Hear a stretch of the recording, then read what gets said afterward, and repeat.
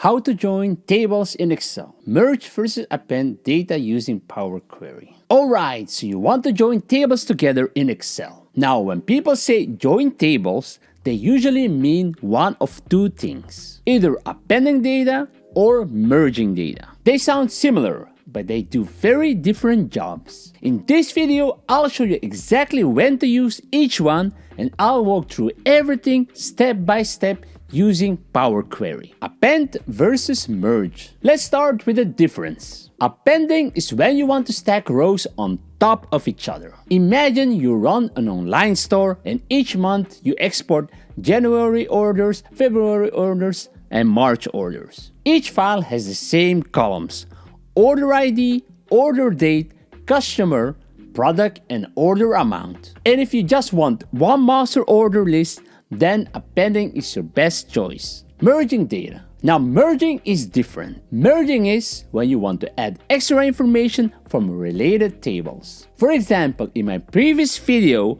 I've talked about using Power Pivot for merging information from different sheets. The sheets were a training table, which tracks whether users completed the required training, a user role application table, which contains information about the users and which applications they can access, and the third sheet, a user function table, which contains role IDs and the function of the user like operator, admin, supervisor. Each table stores different details, but they're linked by common IDs. So when we merge this dataset, we're pulling user and role IDs, training and user function and role into one table. Let's start with appending. Appending data. Step 1. Convert your data into Excel tables. Before using Power Query, you should always convert your data into an Excel table. Here is why. Tables automatically expand when new rows are added, so Power Query always picks up new data when you refresh. Tables have names,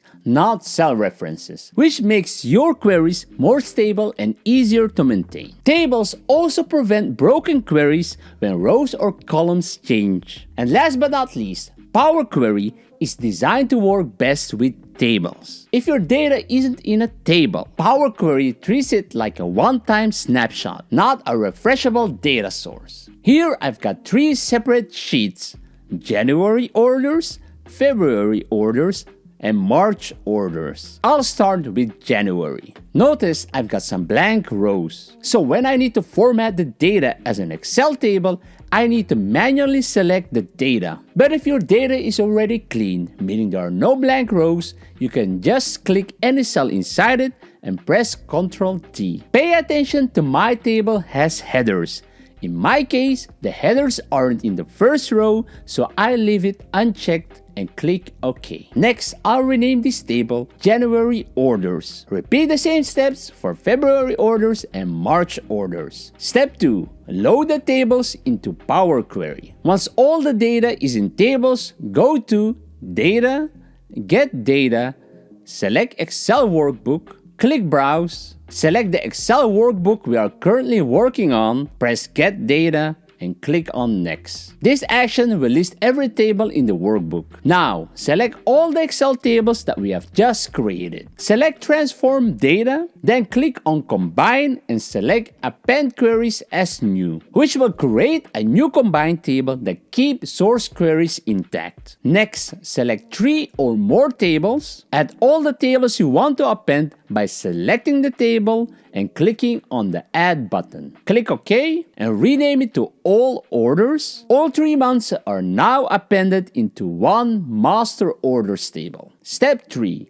Clean and transform the data. At this point, the data might already be usable, but in my case, I still need to clean it. I've got empty rows and repeated header rows. To fix this, go to Remove Rows, remove top rows, and enter how many rows you want to remove.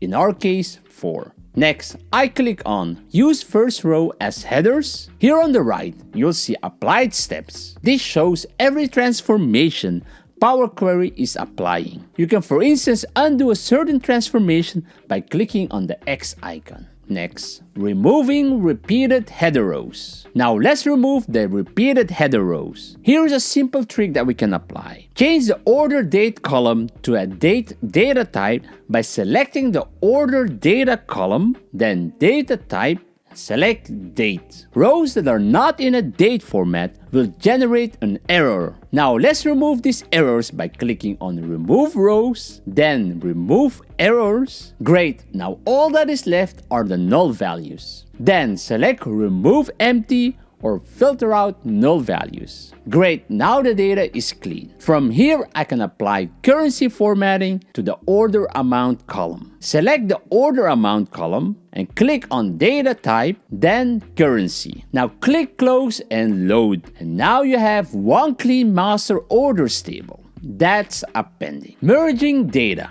Now let's look at merging. This is where we combine data from different sources to create a table that contains all the required details. I've got 3 different Excel files with each containing a table. We have a training table, a user function table, and a user role application table. They're already formatted as Excel tables, so we can just jump right into it. Step 1. Adding data to our data model. When your tables are stored in separate Excel files, Power Query becomes the connector that brings everything together. Let's open a new Excel file. Go to Data, Get Data, then select Excel Workbook, select the training table, and click Get Data. Click Next. Now you'll see a navigator window showing sheets and tables. Select the table you want, then click Transform Data. This opens the Power Query editor, where we can clean and shape the data. But right now, we don't need to clean or shape our current data. Next, let's add the data from the remaining Excel files. Click Get Data, Excel Workbook, then select the Excel file called User Function, then click Get Data,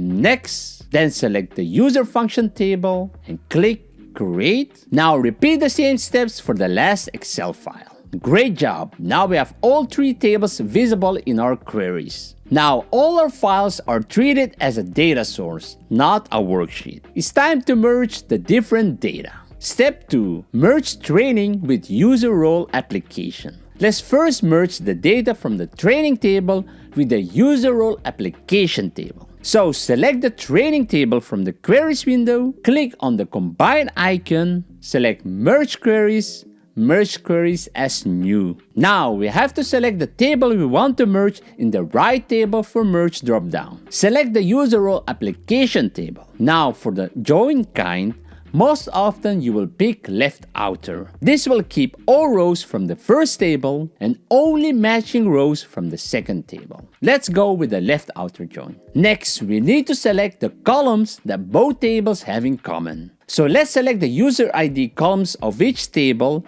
and click on OK. Now click on the expand icon.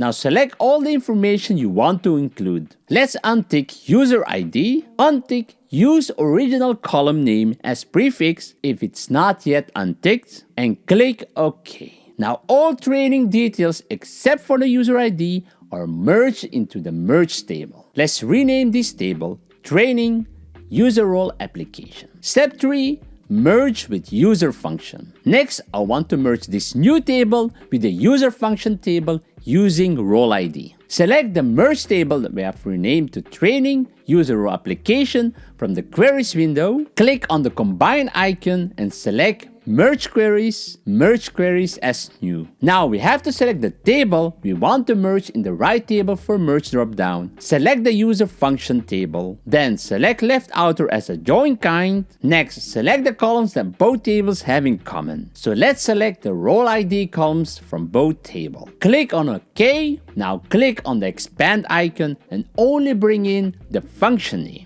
Let's rename this table to master list. Great job! Now we have a master list with all the required details. Step 4. Final transformations. Select the master list table, then click close and load. Now everything is merged into one clean table that we can now analyze. Great job! Now you know how to combine data from different Excel files using Power Query. But this is just the start. In upcoming videos, I'll show you even more powerful ways to clean, transform, and automate your data. If this video helped you, give it a thumbs up, subscribe, and I'll see you in the next one.